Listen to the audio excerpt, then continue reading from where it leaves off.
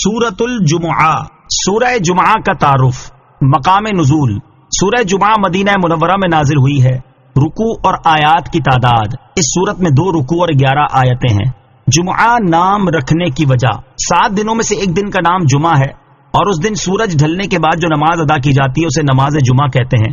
اس سورت کی آیت نمبر 9 میں لفظ الجمعہ موجود ہے، اسی مناسبت سے سورت کا نام سورہ جمعہ رکھا گیا ہے۔ سورہ جمعہ سے متعلق 2 احادیث۔ نمبر 1، حضرت عبداللہ ابن عباس رضی اللہ تعالیٰ عنہما فرماتے ہیں حضور اقدس علیہ الصلوۃ والسلام جمعہ کی نماز میں سورہ جمعہ اور سورہ منافقون کی تلاوت فرماتے تھے۔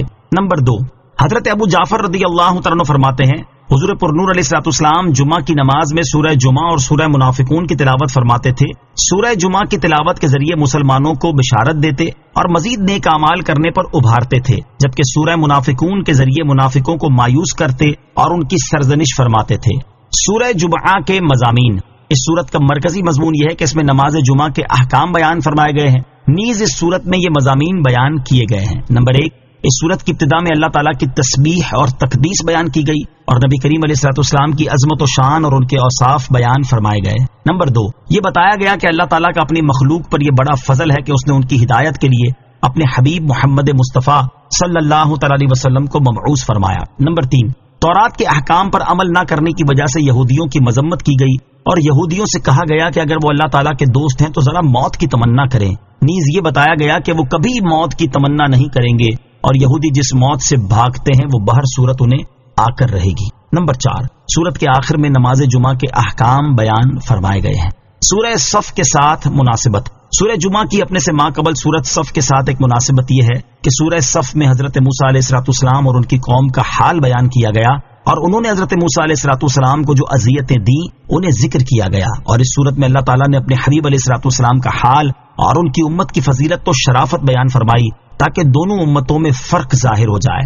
دوسری مناسبت یہ ہے کہ سورہ صف میں ذکر کیا گیا کہ حضرت عیسیٰ علیہ الصلوۃ والسلام نے ایک عظیم رسول کی تشریف آوری کی بشارت دی جن کا اسم گرامی احمد ہوگا، اور سورہ جمعہ میں بتایا گیا کہ حضرت عیسیٰ علیہ الصلوۃ والسلام نے جن کی بشارت دی تھی وہ 2 عالم کے تاجدار اور انبیاء کرام علیہ الصلوۃ والسلام کے سردار ہیں۔ بسم اللہ الرحمن الرحیم۔ ترجمہ، اللہ کے نام سے شروع جو نہایت مہربان رحمت والا ہے۔ یسبح للہ ما فی السماوات وما فی الارض الملک القدوس العزیز الحکیم۔ ترجمہ، جو کچھ آسمانوں میں ہے اور جو کچھ زمین میں ہے سب اس اللہ کی پاکی بیان کرتے ہیں جو بادشاہ نہایت پاکی والا، بہت عزت والا، بڑا حکمت والا ہے۔ یسبح للہ، اللہ کی پاکی بیان کرتے ہیں، یعنی آسمانوں اور زمین میں موجود تمام چیزیں اس اللہ تعالیٰ کی ہر نقص و عیب سے پاکی بیان کرتی ہیں جس کی شان یہ ہے کہ وہ حقیقی بادشاہ، انتہائی پاکی والا، عزت والا اور حکمت والا ہے۔ تسبیح کی 3 اقسام، تسبیح 3 طرح کی ہے۔ نمبر 1، خلقت کی تسبیح، وہ یہ ہے کہ ہر شے کی ذات اور اس کی پیدائش خالق و قدیر رب تعالیٰ کی قدرت، حکمت، اس کی وحدانیت اور ہر نقص و عیب سے پاک ہونے پر دلالت کرتی ہے۔ نمبر 2، معرفت کی تسبیح، وہ یہ ہے کہ اللہ تعالیٰ اپنے لطف و کرم سے مخلوق میں اپنی معرفت پیدا کر دے اور وہ اللہ تعالیٰ کی پاکی بیان کرے۔ نمبر 3، ضروری تسبیح، وہ یہ ہے کہ اللہ تعالیٰ ہر ایک جوہر پر اپنی تسبیح جاری فرماتا ہے اور معرفت کے بغیر ہی ہر جوہر یہ تسبیح کرتا ہے۔ هو الذي بعث في الأميين رسولا منهم يتلو عليهم آياته ويزكيهم ويعلمهم الكتاب والحكمة وإن كانوا من قبل لفي ضلال مبين۔ ترجمہ، وہی ہے جس نے ان پڑھوں میں انہی میں سے ایک رسول بھیجا جو ان کے سامنے اللہ کی آیت تلاوت فرماتا ہے اور انہیں پاک کرتا ہے اور انہیں کتاب اور حکمت کا علم عطا فرماتا ہے، اور بے شک وہ اس سے پہلے ضرور کھلی گمراہی میں تھے۔ هو الذی بعث فی الامیین رسولا منہم، وہی ہے جس نے ان پڑھوں میں انہی میں سے ایک رسول بھیجا۔ ارشاد فرمایا کہ وہی اللہ ہے جس نے ان پڑھوں میں انہی میں سے ایک رسول بھیجا جس کی نسب و شرافت کو وہ اچھی طرح جانتے پہچانتے ہیں۔ ان کا نام پاک محمد مصطفیٰ صلی اللہ تعالیٰ علیہ وسلم ہے۔ وہ ان کے سامنے قرآن مجید کی آیت تلاوت فرماتے ہیں جن میں رسالت، حلال و حرام اور حق و باطل کا بیان ہے۔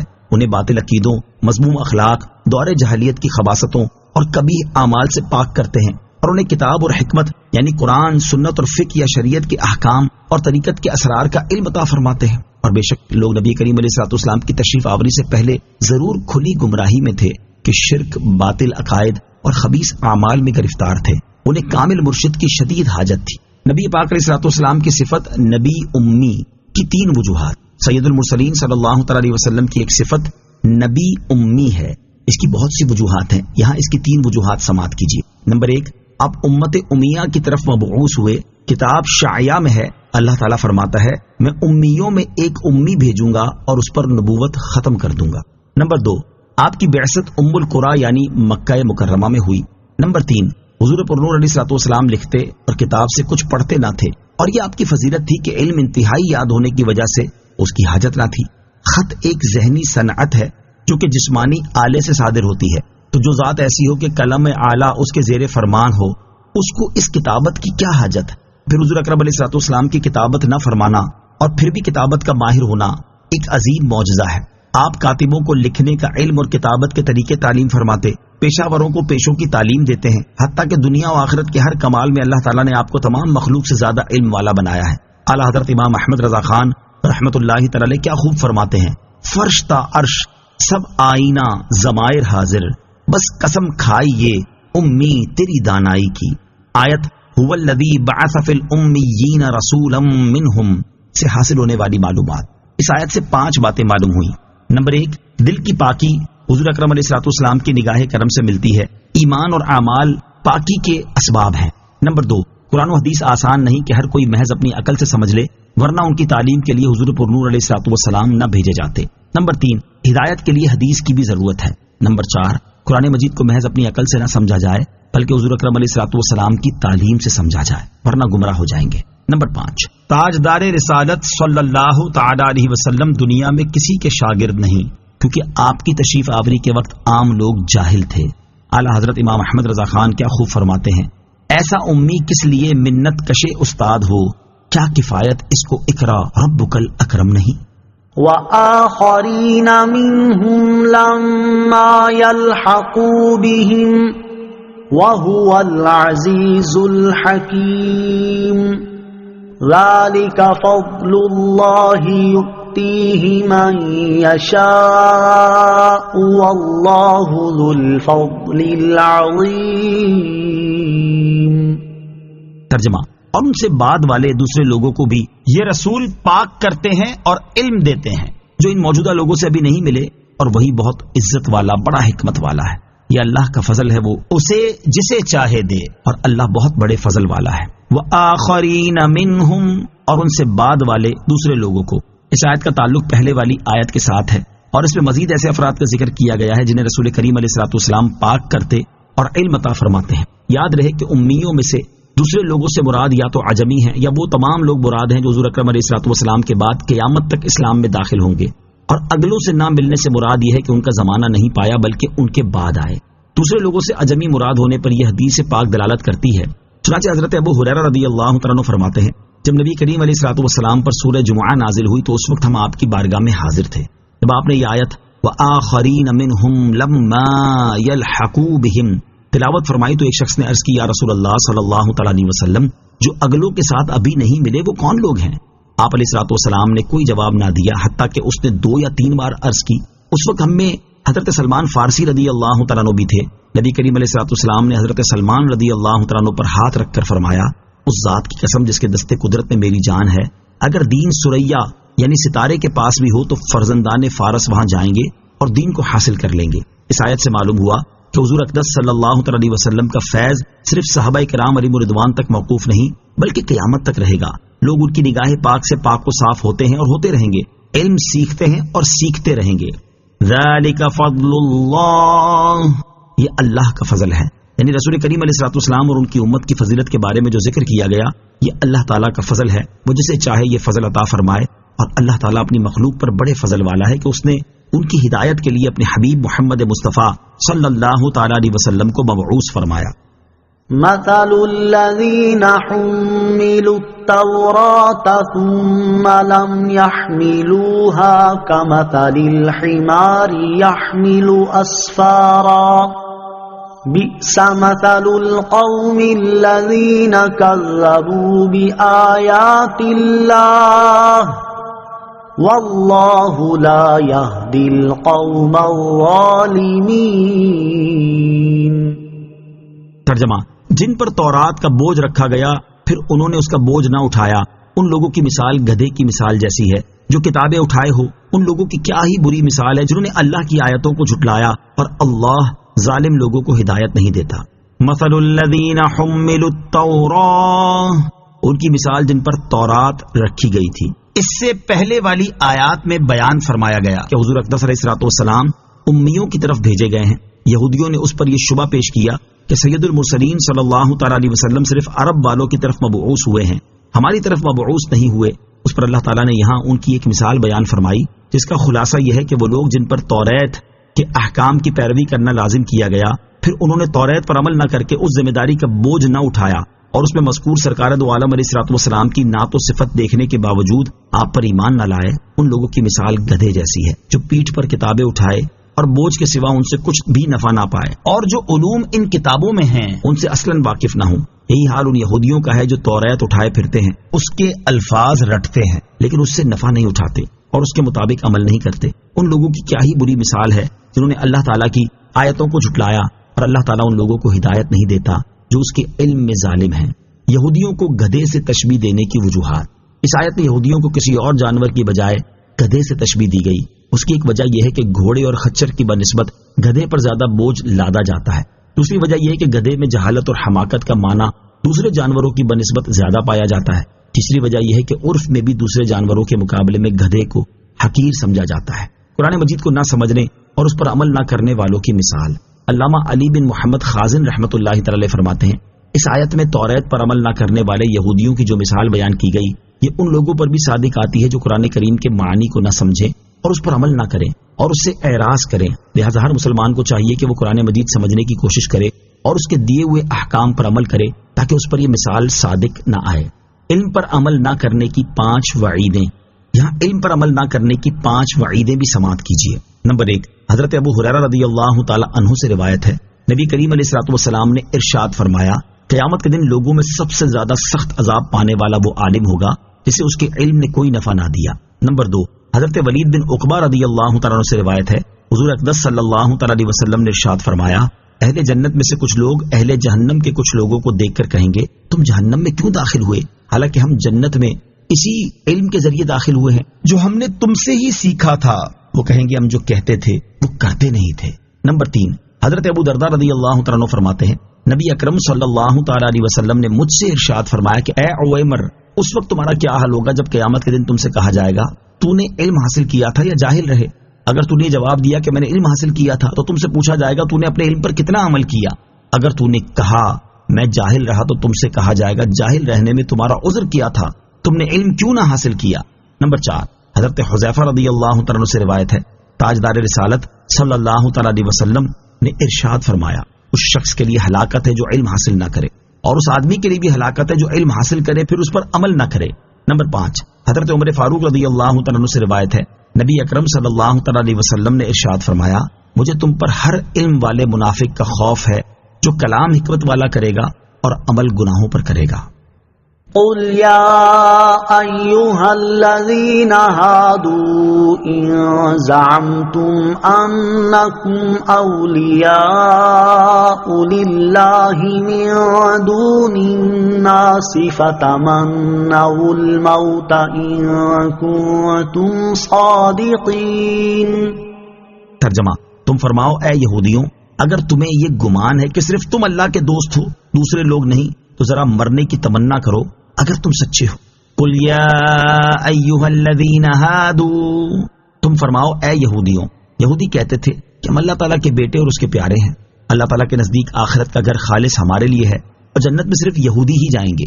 اللہ تعالیٰ نے اپنے حبیب علیہ الصلوۃ والسلام کو حکم دیا کہ آپ ان کے جھوٹ کو ظاہر کرنے کے لیے ان سے فرما دیں، اے یہودیوں، تمہیں یہ گمان ہے کہ دوسرے لوگوں کو چھوڑ کر صرف تم اللہ تعالیٰ کے دوست ہو؟ اگر تم اپنے اس دعوے میں سچے ہو تو مرنے کی آرزو کرو تاکہ موت تمہیں اس تک پہنچا دے، کیونکہ اللہ تعالیٰ کے دوستوں کے لیے آخرت دنیا سے بہتر ہے۔ ولا يتمنونه أبدا بما قدمت أيديهم والله عليم بالظالمين. ترجمہ: اور وہ کبھی موت کی تمنا نہیں کریں گے ان اعمال کے سبب جو ان کے ہاتھ آگے بھیج چکے ہیں، اور اللہ ظالموں کو خوب جانتا ہے. ولا يتمنونه ابدا، اور وہ کبھی موت کی تمنا نہیں کریں گے، یعنی یہودیوں نے جو کفر کیا اور رسول کریم علیہ الصلوۃ والسلام کو جھٹلایا، اس کی وجہ سے یہ کبھی موت کی آرزو نہیں کریں گے. یہ اللہ تعالیٰ کی طرف سے غیب کی خبر تھی جو سچی ثابت ہوئی کہ آیت میں جن یہودیوں کے بارے میں فرمایا گیا کہ یہ کبھی موت کی تمنا نہیں کریں گے، انہوں نے ہرگز موت کی تمنا نہیں کی. موت کی تمنا کرنے کا شرعی حکم احادیث میں موت کی تمنا کرنے سے منع کیا گیا. چنانچہ حضرت ابو ہریرہ رضی اللہ تعالیٰ عنہ سے روایت ہے، رسول اللہ صلی اللہ تعالیٰ علیہ وسلم نے ارشاد فرمایا، تم میں سے کوئی موت کی آرزو نہ کرے، نیک شخص تو اس لیے کہ شاید وہ مزید نیکیاں کر لے، اور گناہگار اس لیے کہ شاید وہ توبہ کر لے. اور حضرت ابو ہریرہ رضی اللہ تعالیٰ عنہ سے روایت ہے، رسول اکرم صلی اللہ تعالیٰ علیہ وسلم نے ارشاد فرمایا، تم میں سے کوئی نہ موت کی آرزو کرے نہ اس کے آنے سے پہلے اس کی دعا کرے، کیونکہ جب وہ مر جائے گا تو اس کا عمل ختم ہو جائے گا اور مومن کی عمر بھلائی ہی بڑھاتی ہے. البتہ اگر مجبوری میں موت کی آرزو کرنی ہی پڑے تو حدیث پاک میں اس کا طریقہ بھی ارشاد فرمایا گیا. چنانچہ حضرت انس رضی اللہ تعالیٰ عنہ سے روایت ہے، تاجدار رسالت صلی اللہ تعالیٰ علیہ وسلم نے ارشاد فرمایا، تم میں سے کوئی آئی ہوئی مصیبت کی وجہ سے موت کی تمنا نہ کرے، پھر اگر کرنی ہی پڑ جائے تو یوں کہے، اے اللہ عز و جل، جب تک میرے لیے زندگی بہتر ہو تو مجھے زندہ رکھ، اور جب میرے لیے موت بہتر ہو تو مجھے موت دے. مفتی احمد یار خان نعیمی رحمۃ اللہ تعالی فرماتے ہیں، یہ حدیث گزشتہ دونوں احادیث کی شرح ہے کہ بیماری و آزاری سے گھبرا کر موت نہ مانگے، اور جس طریقے سے دعا کی اجازت دی گئی ہے نہایت ہی پیارا طریقہ ہے، کیونکہ اس خیر و شر میں دین و دنیا کی خیر و شر شامل ہے. گویا موت کی تمنا کہہ بھی لی مگر قاعدے سے، یعنی مقصد بھی پورا ہو گیا اور ممانعت کے حکم پر بھی عمل ہو گیا. مزید فرماتے ہیں، موت کی آرزو اچھی بھی ہے اور بری بھی. اگر حضور علیہ الصلوۃ والسلام کے دیدار کے لیے یا دنیاوی فتنوں سے بچنے کے لیے موت کی تمنا کرتا ہے تو اچھا ہے، اور اگر دنیاوی تکالیف سے گھبرا کر تمنائے موت کرے تو برا ہے. واللہ علیم بالظالمین، اور اللہ ظالموں کو خوب جانتا ہے. اس آیت میں ظالم سے مراد کافر ہے، یعنی اللہ تعالیٰ کافروں کو خوب جانتا ہے اور وہ انہیں سخت سزا دے گا. قل ان الموت الذي تفرون منه فإنه ملاقيكم ثم تردون إلى عالم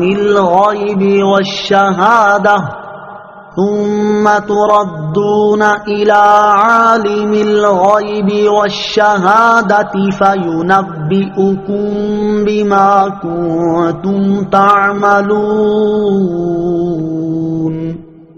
ترجمہ: تم فرماؤ، بے شک وہ موت جس سے تم بھاگتے ہو پس وہ ضرور تمہیں ملنے والی ہے، پھر تم اس کی طرف پھیرے جاؤ گے جو ہر غیب اور ظاہر کا جاننے والا ہے، پھر وہ تمہیں تمہارے اعمال بتا دے گا.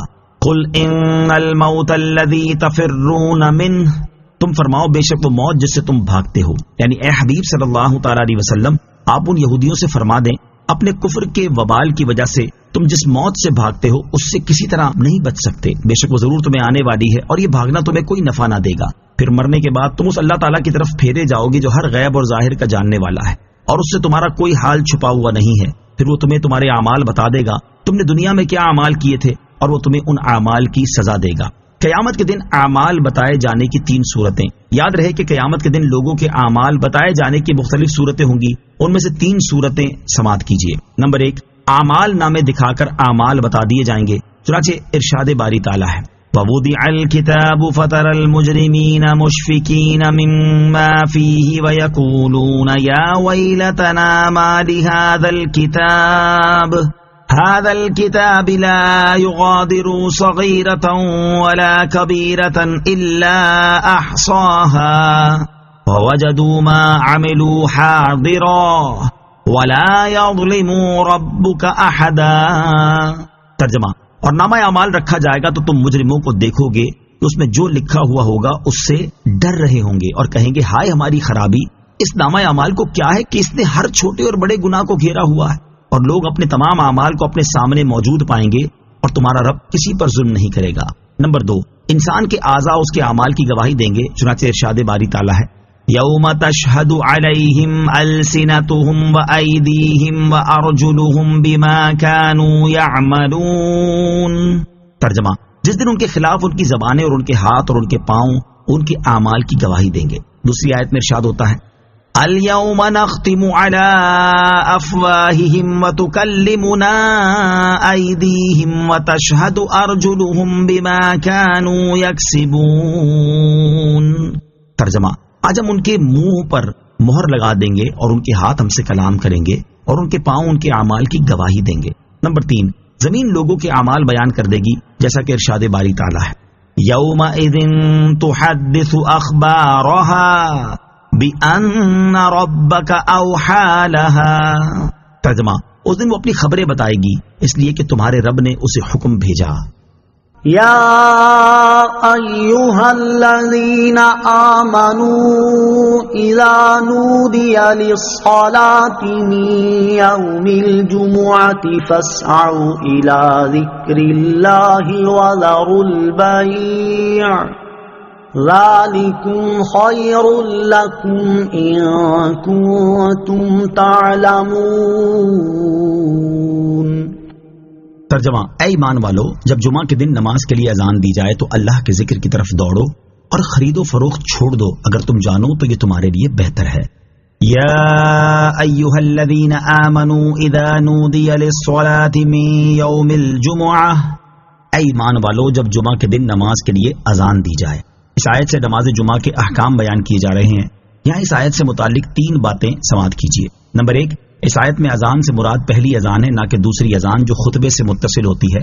اگرچہ پہلی اذان حضرت عثمان غنی رضی اللہ تعالیٰ عنہ کے زمانے میں اضافہ کی گئی، مگر نماز کی تیاری کے واجب ہونے اور خرید و فروخت ترک کر دینے کا تعلق اسی سے ہے۔ نمبر 2، دوڑنے سے بھاگنا مراد نہیں ہے، بلکہ مقصود یہ ہے کہ نماز کے لیے تیاری شروع کر دو، اور ذکر اللہ سے جمہور علماء کے نزدیک خطبہ مراد ہے۔ نمبر 3، اس آیت سے نماز جمعہ کی فرضیت، خرید و فروخت وغیرہ دنیاوی مشاغل کی حرمت اور سعی یعنی نماز کے اہتمام کا وجوب ثابت ہوا اور خطبہ بھی ثابت ہوا۔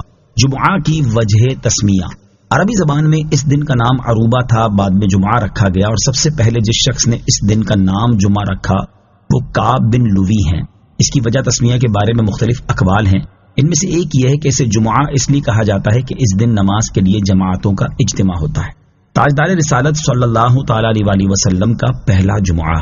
سیرت بیان کرنے والے علماء کا بیان ہے کہ جب حضور اقدس علیہ السلام ہجرت کر کے مدینہ طیبہ تشریف لائے تو 12 ربیع الاول پیر کے دن چاشت کے وقت قباء کے مقام پر ٹھہرے، پیر سے لے کر جمعرات تک یہاں قیام فرمایا اور مسجد کی بنیاد رکھی۔ جمعہ کے دن مدینہ طیبہ جانے کا عزم فرمایا۔ بنی سالم بن عوف کی وادی کے درمیان جمعہ کا وقت آیا، اس جگہ کو لوگوں نے مسجد بنایا اور سرکار دو عالم صلی اللہ تعالی علیہ وسلم نے وہاں جمعہ پڑھایا اور خطبہ فرمایا۔ یہ پہلا جمعہ ہے جو نبی کریم علیہ السلام نے اپنے اصحاب رضی اللہ تعالی عنہم کے ساتھ پڑھا۔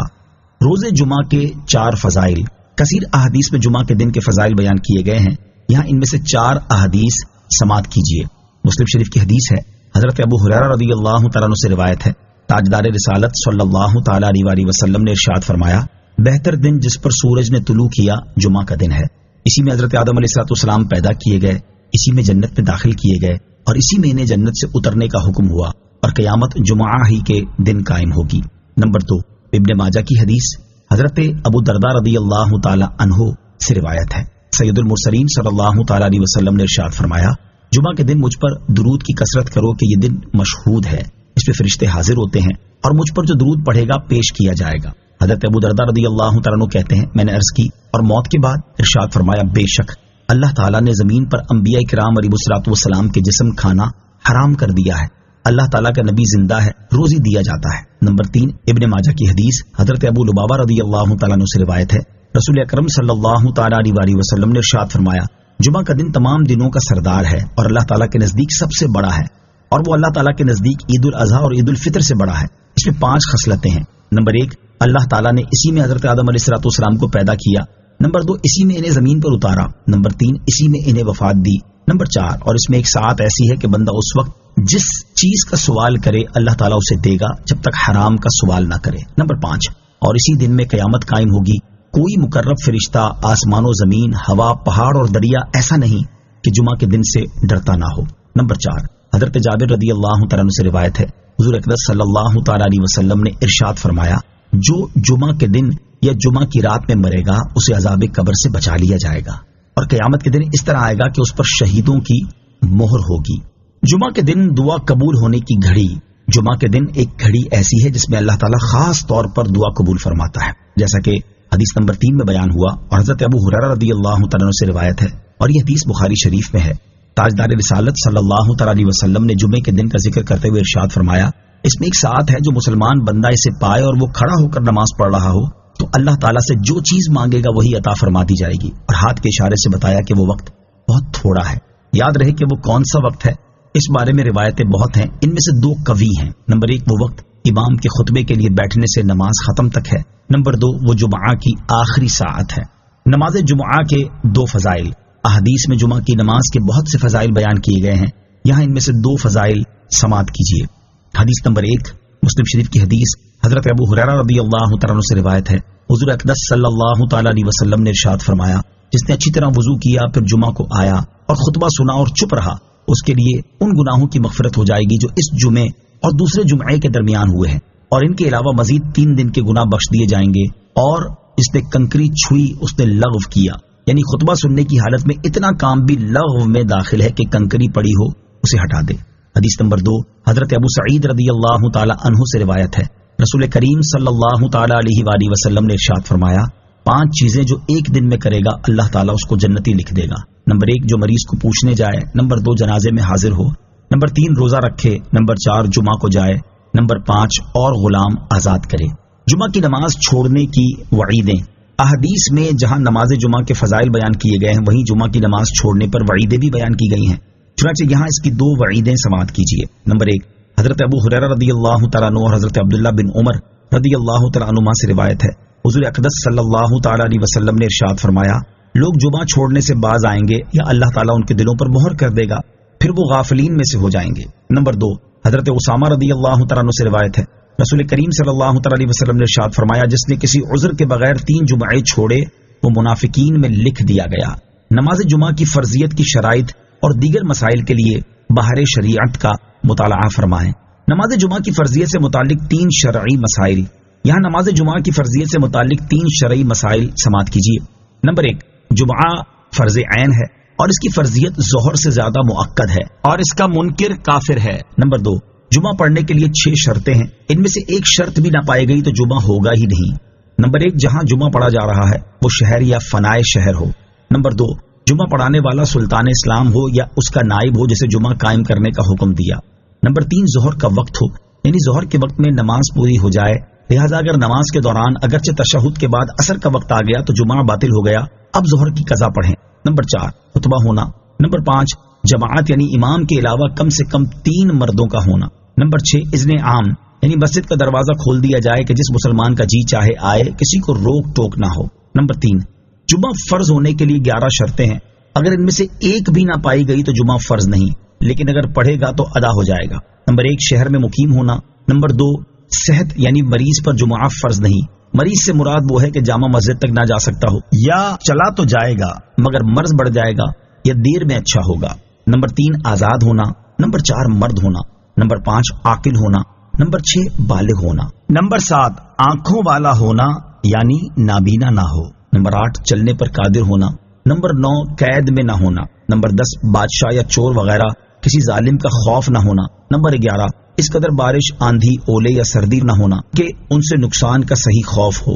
نوٹ: جمعہ سے متعلق شرعی مسائل کی مزید معلومات حاصل کرنے کے لیے باہر شریعت جلد 1 حصہ 4 سے جمعہ کا بیان مطالعہ فرمائیں.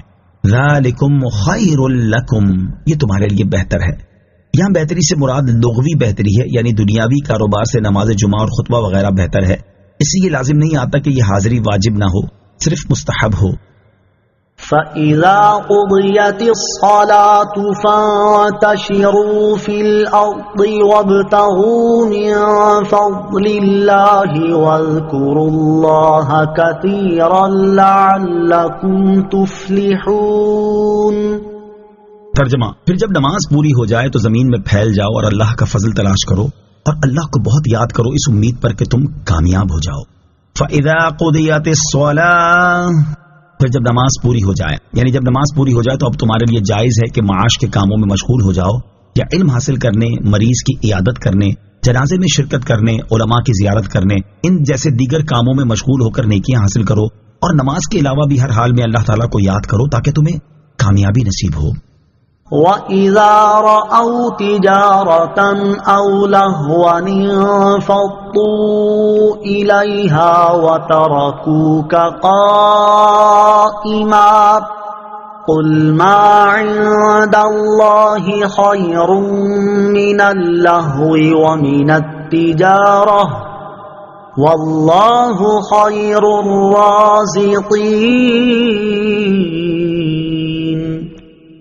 ترجمہ، اور جب انہوں نے کوئی تجارت یا کھیل دیکھا تو اس کی طرف چل دیے اور تمہیں کھڑا چھوڑ گئے، تم فرماؤ جو اللہ کے پاس ہے وہ کھیل سے اور تجارت سے بہتر ہے، اور اللہ بہترین روزی دینے والا ہے۔ وَإِذَا رَأَوْا تِجَارَةً أَوْ لَهْوًا، اور جب انہوں نے کوئی تجارت یا کھیل دیکھا۔ شان نزول، حضرت جابر بن عبداللہ رضی اللہ تعالیٰ عنہ فرماتے ہیں ایک مرتبہ نبی کریم صلی اللہ تعالیٰ علیہ وسلم جمعہ کے دن کھڑے ہو کر جمعہ کا خطبہ ارشاد فرما رہے تھے کہ اچانک مدینہ طیبہ میں ایک تجارتی قافلہ آ پہنچا۔ دستور کے مطابق اعلان کے لیے طبل بجایا گیا تو رسول اللہ صلی اللہ تعالیٰ علیہ وسلم کے اصحاب اس کی طرف چل دیے، حتیٰ کہ 12 آدمیوں کے سوا مسجد میں کوئی بھی باقی نہ بچا۔ میں، حضرت ابوبکر صدیق رضی اللہ تعالیٰ عنہ اور حضرت عمر فاروق رضی اللہ تعالیٰ عنہ ان 12 افراد میں شامل تھے۔ اس وقت یہ آیت نازل ہوئی۔ اس آیت کا خلاصہ یہ ہے کہ اے حبیب صلی اللہ تعالیٰ علیہ وسلم، جب انہوں نے کسی تجارت کے بارے میں جانا یا کھیل کے بارے میں سنا تو اس کی طرف چل دیے اور آپ کو خطبے کی حالت میں ممبر پر کھڑا چھوڑ گئے۔ آپ ان سے فرما دیں جو نماز کا اجر و ثواب اور نبی کریم علیہ الصلوۃ والسلام کی خدمت میں حاضر رہنے کی برکت و سعادت ہے، جو در حقیقت اللہ تعالیٰ کے پاس ہے، وہ کھیل اور تجارت سے بہتر ہے، اور چونکہ اللہ تعالیٰ بہترین روزی دینے والا ہے اس لیے تم اسی کی طرف چلو اور اسی سے رزق طلب کرو۔ یاد رہے کہ جب یہ واقعہ رونما ہوا اس وقت بہت تنگی اور مہنگائی کا دور تھا، اور صحابہ کرام علیہم رضوان اس خیال سے چلے گئے تھے کہ کہیں اجناس ختم نہ ہو جائیں اور وہ انہیں پانے سے رہ جائیں، اور ایسے حالات میں اس طرح ہونا ایک فطری امر ہے۔ نیز اس آیت کے نزول سے پہلے اس طرح کے فعل سے کہیں منع بھی نہیں کیا گیا تھا، بلکہ اس آیت کے ذریعے حکم نازل کیا گیا تو حکم کے نزول سے پہلے ایسا کرنا کوئی گناہ نہیں تھا۔ اسی لیے اس آیت میں اللہ تعالیٰ نے ان کی مذمت نہیں فرمائی بلکہ تربیت فرمائی ہے کہ ایسا کرنا ان کی شان کے لائق نہیں، لہٰذا ان کے اس فعل پر کوئی اعتراض نہیں کیا جا سکتا۔ نوٹ، اس سے ثابت ہوا کہ خطیب کو کھڑے ہو کر خطبہ پڑھنا چاہیے۔ آمنت باللہ صدق اللہ العظیم۔